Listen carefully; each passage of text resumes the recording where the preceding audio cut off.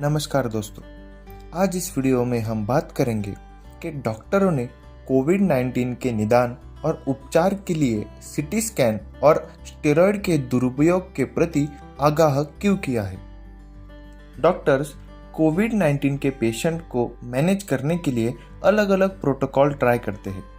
ऐसे में डॉक्टर रणदीप गुलेरिया, जो कि all India institute of medical science यानी एम्स के डायरेक्टर है और नेशनल टास्क फोर्स ऑन कोविड-19 के मेंबर है, उन्होंने कोविड के डायग्नोसिस के लिए सीटी स्कैन के अंधाधुंध इस्तेमाल के खिलाफ आगाह किया है। विशेष रूप से जब डिसीज अपनी अर्ली स्टेज में हो, तब सीटी स्कैन करना खुद को अननेसेसरी रेडिएशन में डालने जैसा है। डॉक्टर गुलेरिया ने चेतावनी दी कि एक एकल सीटी स्कैन 300 एक्सरे के बराबर है, जो बाद में युवाओं के लिए कैंसर के खतरे को बढ़ा सकता है। डॉक्टर और विश्व स्वास्थ्य संगठन यानी WHO कॉर्टिकोस्टेरॉइड्स के इस्तेमाल के खिलाफ चेतावनी देते रहे हैं।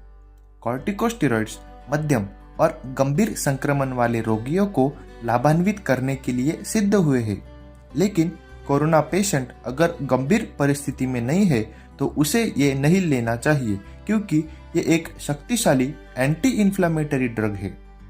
आज हम इस वीडियो में बात करेंगे कि कोविड पेशेंट्स के लिए सीटी स्कैन की सलाह कब दी जाती है, क्या मल्टीपल सीटी स्कैन हानिकारक है, कोविड-19 के पेशेंट के लिए स्टेरॉइड्स क्यों निर्धारित किए जा रहे हैं और स्टेरॉइड्स एक दोधारी तलवार कब बन जाती है। तो चलिए शुरू करते हैं।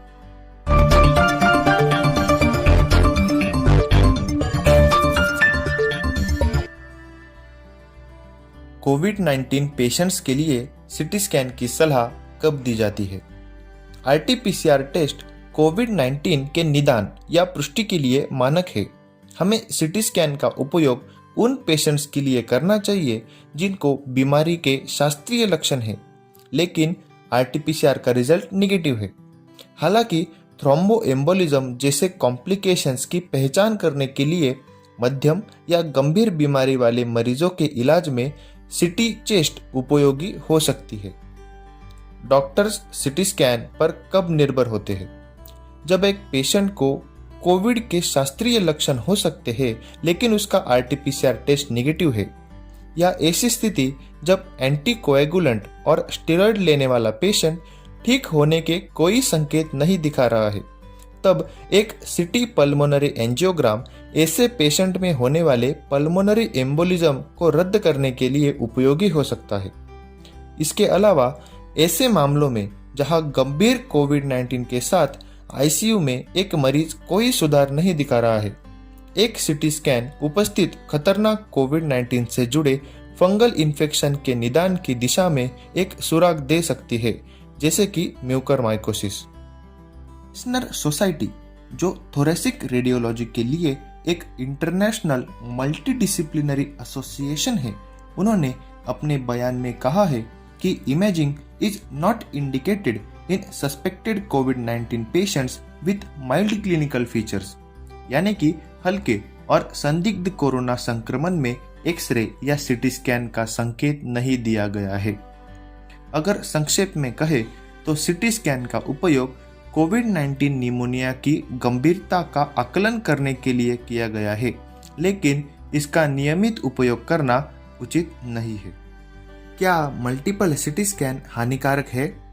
सीटी स्कैन करते समय उसे low dose single phase protocol और फास्ट स्कैनिंग टेक्निक से करना चाहिए, जिससे पेशेंट की मूवमेंट से होने वाले त्रुटियों को कम किया जा सकता है। कोविड-19 निमोनिया के पेशेंट में नियमित मल्टी फेज चेस्ट सीटी के उपयोग का समर्थन करने के लिए कोई सबूत नहीं है।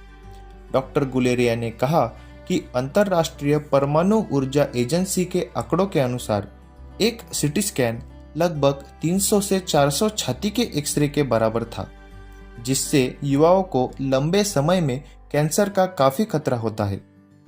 इन सब के अलावा रेडियोलॉजी टेक्नीशियन और स्टाफ द्वारा हर बार जब भी कोई कोविड-19 पेशेंट इमेजिंग से गुजरता है, तब बंद स्थान में एयर कंडीशन से होने वाले ट्रांसमिशन और कंटेमिनेशन के जोखिम को डिसमिस नहीं किया जा सकता है। कोविड-19 पेशेंट्स के लिए स्टेरॉइड्स क्यों निर्धारित किए जा रहे हैं?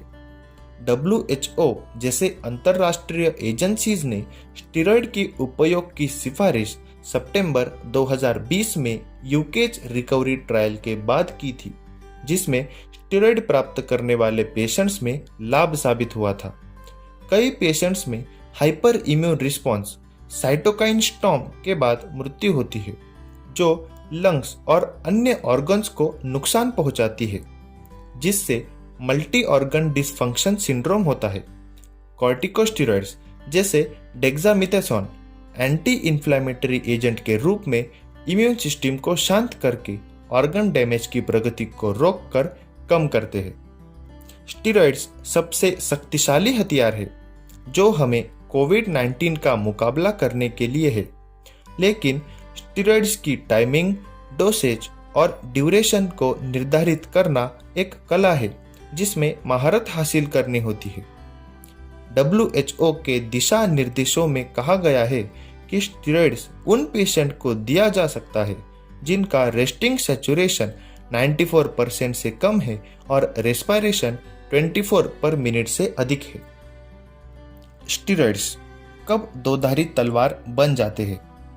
अगर दवा की डोज, टाइमिंग और ड्यूरेशन गलत हो जाती है तो स्टेरॉइड्स दोधारी तलवार बन सकता है। स्टेरॉइड सभी पेशेंट के लिए अनिवार्य नहीं है और निश्चित रूप से बीमारी के शुरुआत में माइल्ड पेशेंट के लिए तो बिल्कुल नहीं। स्टेरॉइड्स शुरू करने के लिए एक्सर्शनल डीनेचुरेशन होना चाहिए, यानी ऑक्सीजन लेवल में गिरावट होनी चाहिए, ना कि बीमारी के शुरुआत के दिनों में स्टेरॉइड शुरू करने चाहिए। जल्दी स्टेरॉइड लेने पर वायरल रेप्लिकेशन उत्तेजित होता है जो ऑक्सीजन लेवल को गिरा देता है। कोविड-19 पेशेंट्स में स्टेरॉइड के लॉन्ग टर्म यूज करने से ब्लड ग्लूकोज लेवल इंक्रीज होता है, जिसे इंसुलिन के साथ सावधानी से मैनेज करने की आवश्यकता होती है, वरना फंगल इन्फेक्शन जैसे कि म्यूकरमाइकोसिस होने की संभावना होती है। इसलिए स्टेरॉइड्स का सही उपयोग सही समय पर होना चाहिए, वरना वो दोधारी तलवार बन जाते हैं। इस वीडियो के लिए बस इतना ही। मिलते हैं किसी और वीडियो में। तब तक के लिए जय हिंद, जय भारत। अगर आपको ये वीडियो अच्छी लगे तो मेरे चैनल को सब्सक्राइब कीजिए और बेल आइकन को क्लिक कीजिए।